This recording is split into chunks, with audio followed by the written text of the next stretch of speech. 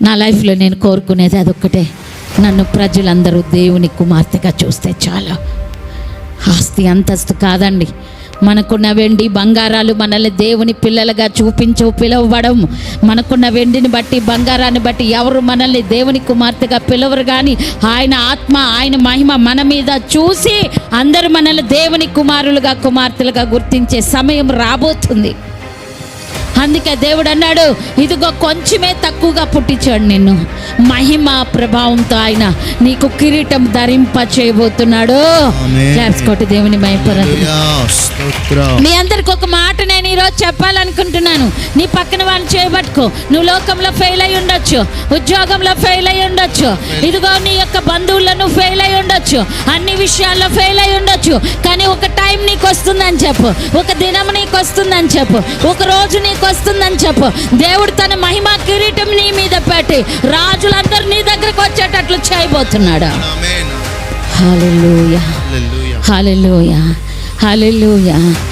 లోకంలో ఇచ్చే పట్టాల కన్నా, డిగ్రీల కన్నా దేవుడిచ్చే మహిమ చాలా గొప్పదని ఈరోజు నీ పక్కన వానితో చెప్పు. హల్లెలూయా. అందుకే యేసు ప్రభు శిష్యులు అన్నీ వదిలేసి వెళ్ళిపోయారు. పౌలు గారు తన యొక్క ప్రాణాన్ని కూడా దేవుడు కొరకు ఇచ్చాడు. పౌలు గారు సమస్తాన్ని పంటతో సమానంగా ఎంచుకున్నాడు.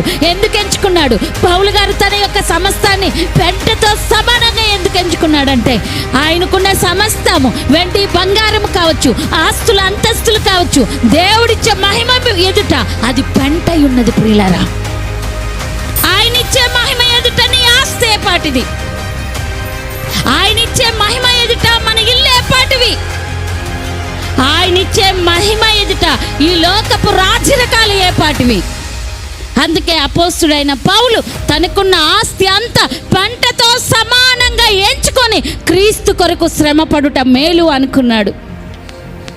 ఆయనకి మొత్తం పెంటతో సమానంగా ఎంచుకున్నంత మాత్రాన ఆయన రాజుకు ఆకలి పోలేదు. ప్రియులరా, ఆయన ఈ లోకానికి సమస్తాన్ని జయించి క్రీస్తు ఏదైతే వదిలిపెట్టాడో అదంతా నేను సాధించాను, నేను ఈ లోకాన్ని జయించాను అని టెస్టిమోనీ ఇచ్చి చచ్చిపోయారు వాళ్ళు. హల్లెలూయా. ఈ లోకము నువ్వు సంపాదించుకోగలిగితే సమస్తము నీదై ఉన్నది. దేవుని మహిమను మనం ధరించుకోవాలి. దేవుని మహిమ కొరకు మనం ప్రయాసపడాలి. దేవుని కొరకు మనం ప్రయాసపడితే, దేవుడు నీతో ఉంటే, దేవుడు మనతో ఉంటే ఆయనకున్నవన్నీ మనవి అని చెప్తుంది వాక్యం. హల్లెలూయా.